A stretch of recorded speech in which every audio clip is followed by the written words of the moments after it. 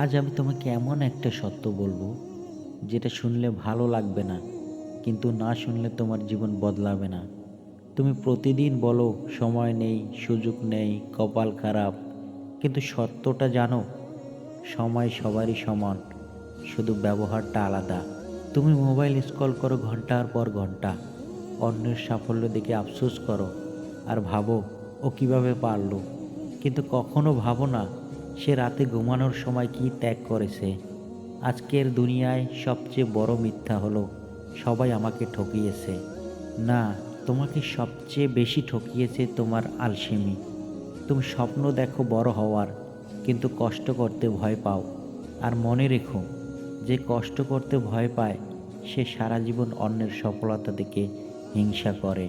এই দুনিয়া তোমাকে কিছুই ফিরিয়ে দেয় না। এখানে সম্মান কিনতে হয় ঘাম দিয়ে, আর সফলতা আসে আত্মসংযম দিয়ে। যে আজ নিজেকে কন্ট্রোল করতে পারে না, কাল সে পরিস্থিতির গোলাম হবে।